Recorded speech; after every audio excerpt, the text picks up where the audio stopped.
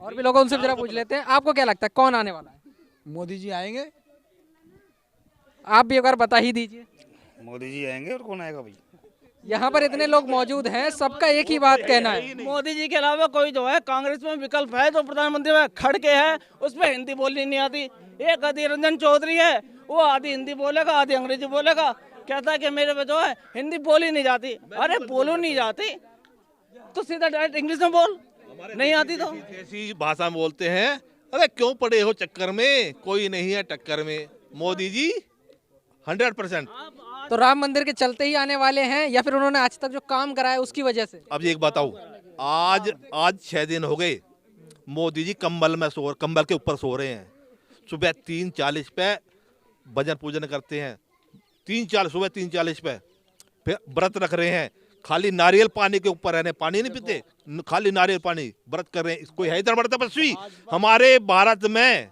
आज तक कोई ऐसा प्रधानमंत्री हुआ हो? ये भगवान की देन है जो उसने एक अवतार भेजा है हमारे यहाँ। हाँ, आप बताइए क्या करें? देखो, फॉरेन कंट्री में ही है, हमारे देश का जितना भी जनता बाहर के देशों में जाती थी ना, उनको वो इज्जत सम्मान कभी नहीं मिला जो आज मिल रहा है। यार एक बात बताओ, हम चावल हैं या पप्पू, मैं इन चीजों पे मैं बात नहीं करता। मैं ये कहूँगा कि आज देश का इतना गौरव बढ़ा है कि विश्व गुरु के लाइन में हम खड़े हैं। मेरा मानना तो ये है कि मैं नहीं कहता कि ये हिंदू है या मुसलमान, नहीं। जिस आदमी ने अपनी शिक्षा का स्तर बढ़ाया है, ठीक है, आज नेटवर्किंग इतना जोर कर गया कि 2014 के बाद में जितनी जनता जागरूक हुई है, ये भाजपा के राज में हुआ है। हाई आदि योजना तो इनकी पास करी और थी जो आज मोदी ने सफल करी है। कागजों में हाईवे बने हुए हैं वो जो आज पूर्ण हुए हैं। एक बार मैंने देखा था न्यूज में, सारे जितने भी देशों के वो थे प्रधानमंत्री वगैरह, वो सब लाइन में खड़े थे। हमारे पीएम मनमोहन सिंह बोलते थे, वो पीछे खड़े, सबसे पीछे लाइन में। वो आगे आते हैं, जो अमेरिका के प्रधानमंत्री थे जो बाइडेन, उनको हाथ मिलाते थे। ये जो है हमारे प्रधानमंत्री अब फर्स्ट लाइन में थे, पीएम मोदी, जो बाइडेन पीछे आते हैं। अरे मोदी जी, बाइडेन पीछे से आता है, पीछे आ गए, अरे मोदी जी हेलो। विश्व में नंबर 1 पॉपुलरिटी में मोदी 74% आ गई आज बाइडेन को भी पिछाड़ दिया है उसने। आपको भी पता है, आप मीडिया वाले हो, कि आज नंबर 1 की पोजीशन मोदी की है। अच्छा, कई लोगों को ये भी मानना था कि अगर एक बार और मोदी सरकार आ गई तो देश का बंटाधार हो जाएगा। देश अगले 40 साल तक विश्व गुरु बन जाएगा। देखना 2045 में विश्व गुरु है। इसका जवाब मैं देता हूँ आपको कि जो है मोदी जी नहीं होते तो जो है ये होता। कोरोना के टाइम पे, ठीक है, सब अपने घर में बैठे हुए समझ। अगर कांग्रेस की गवर्नमेंट होती उस टाइम पे, तो कोरोना की जो कंडीशन हुई थी ना हिंदुस्तान में, भाई साहब जो है हजारों लाखों आदमी मर जाते। अगर भारत बर्बाद था, अगर कांग्रेस की गवर्नमेंट होती तो ये इसकी मोदी की मेहरबानी है। अब हमारे वैज्ञानिकों की मेहरबानी जो आज कोरोना से हम उबर गए। चाइना में जेसीबी गड्ढे खोद के डेड बॉडी मट्टी डाल दी, हमारे यहाँ देखो कितना कंट्रोल कर लिया। अमेरिका भी का भी यही हाल था ना, जितने मर रहे हैं सबको गड्ढे खोदे और दाब दिए। फिर बाद में जब वैक्सीन बन गई तो जो केजरीवाल है, दिल्ली का ठग जिसे कहते हैं, ठीक भाई, बिजली फ्री करी, फिर ऊपर से डायलॉग देता मैं, देखो बिजली तो आप एक चीज बताओ, 200 यूनिट बिजली फ्री दे रहा है, निकम्मा बना रहा है, ठीक, पानी फ्री दे रहा है, उसमें भी खा रहा है वो, ठीक, वहाँ से कमीशन खा रहा है। आप ये बताओ, हम यूपी में हैं, ठीक, और तकरीबन 23 करोड़ की पॉपुलेशन यूपी में है, अकेले योगी जी संभाल लें, ठीक, वो क्यों नहीं कह देते? आपको पता है कि जो है पिछले 3-4 साल में रात जो है न्यूज़ में मैंने देखा, इनके ऊपर 18,000 कुछ करोड़ रुपए का बिजली का बिल बकाया है दिल्ली गवर्नमेंट में खाली। तो उन्होंने रिजर्व बैंक को जो है आवेदन कराया कि हमें इतना पैसा चाहिए, लोन दो हमें, जाके हम बिजली का बिल जमा कर सके, कंपनी को दे सके हम।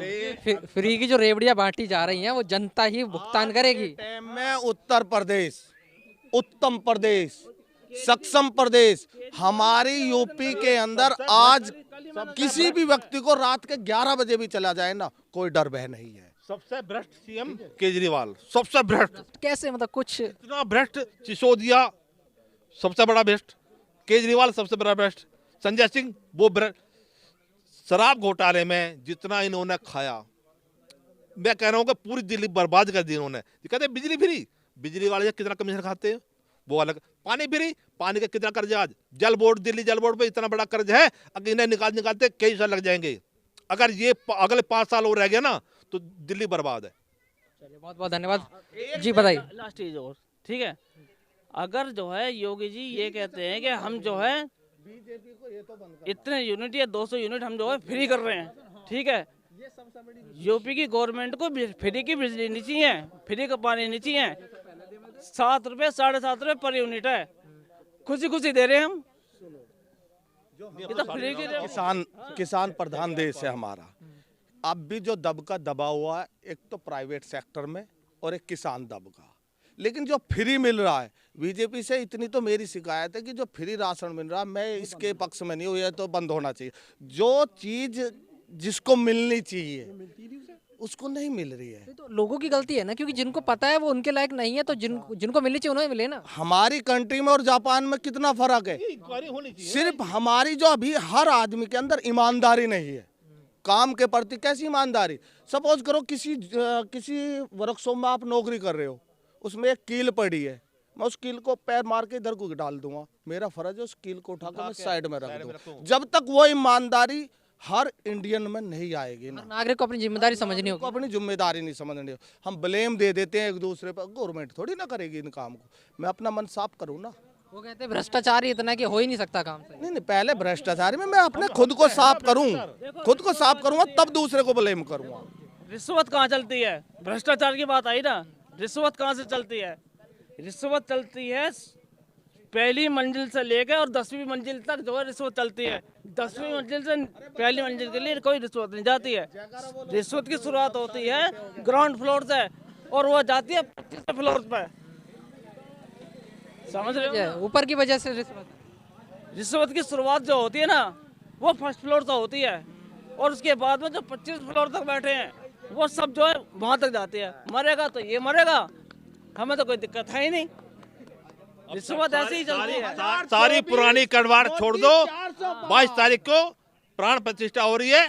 जय श्री राम। यहाँ पर अभी आपने सुना है, सभी लोगों ने अपना मत रखा है। अयोध्या में प्राण प्रतिष्ठा का समय चल रहा है। 22 जनवरी में मात्र 2 दिन का समय बचा हुआ। हालांकि अब यहाँ पर यही देखना है कि प्राण प्रतिष्ठा का जो समारोह है वो अच्छे तरीके से वहाँ पर खत्म हो जाए और इस समय वहाँ पर काफ़ी ज़्यादा भीड़ भी हो चुकी है। कैमरामैन